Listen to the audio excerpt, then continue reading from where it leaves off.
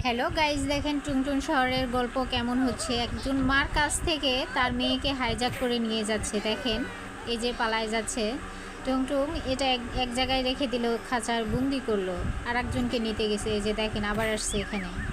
এই যে এই বাচ্চাটাকেও নিয়ে যাচ্ছে, কিন্তু টুংটুং নিয়ে যায় কি করতেছে আমি কিন্তু ঠিক করে বুঝতেছি না। আপনারা বুঝে থাকলে অবশ্যই কমেন্ট বক্সে এসে জানাই যাবেন, আর চ্যানেলটা সাবস্ক্রাইব করে লাইক করে যাবেন।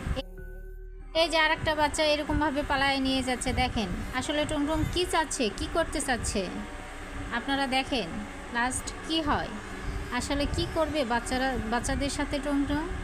হ্যাঁ, এই যে সব বাচ্চার মা বাবা খুবই কান্না করতেছে, সবাই মিলে যাচ্ছে দেখেন টুনটুনকে মারার জন্য।